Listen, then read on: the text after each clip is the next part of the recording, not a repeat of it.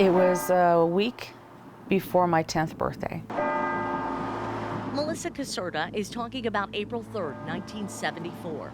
She was at home in Xenia. I heard this kid outside. He was screaming.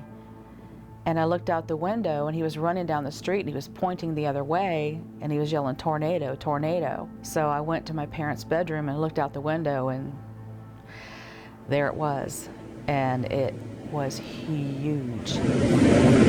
Melissa, her mom, dad, and dog took cover from the twister in the lowest level of their house, but it found them. It picked up my mom and me and threw us across the room, and like we slammed onto the floor. It was really violent. I could hear glass breaking and wood splitting, carpet ripping.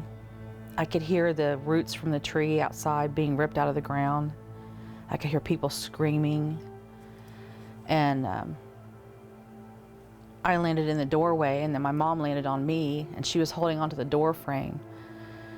And the basement wall caved in on us, and we both got hurt pretty bad.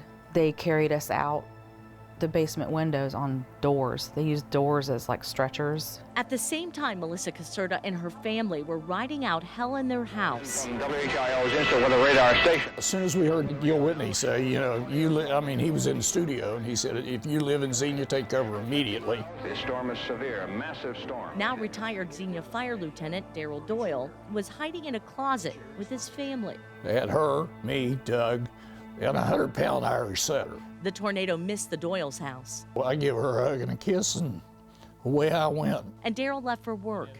He would not see his family much the next few weeks. Went to Station 2, and it was chaotic. We were putting people in the bedroom. We were going back in the bedroom and putting people on the beds, unconscious, conscious, bleeding, anything and everything we could do. In a truck or a station wagon, anything at all that could take a mattress. We would put the mattress in the vehicle and send the person to the hospital in Dayton because he couldn't get to Green. The Ohio National Guard locked Xenia down. They opened it up after 2 weeks and just all hell broke loose. It was just traffic jam.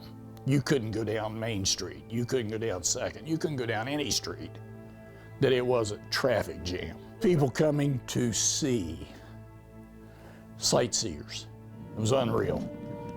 You just can't imagine.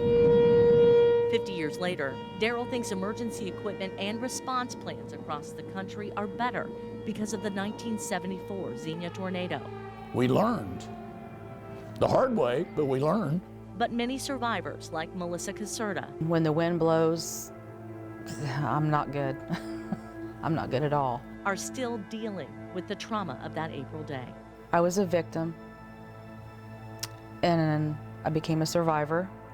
And then as the years went on, I became a warrior, because nothing and no one could ever hit me as hard as I was hit that day. And I'm okay. I'm alive. Gabrielle Enright, News Center 7.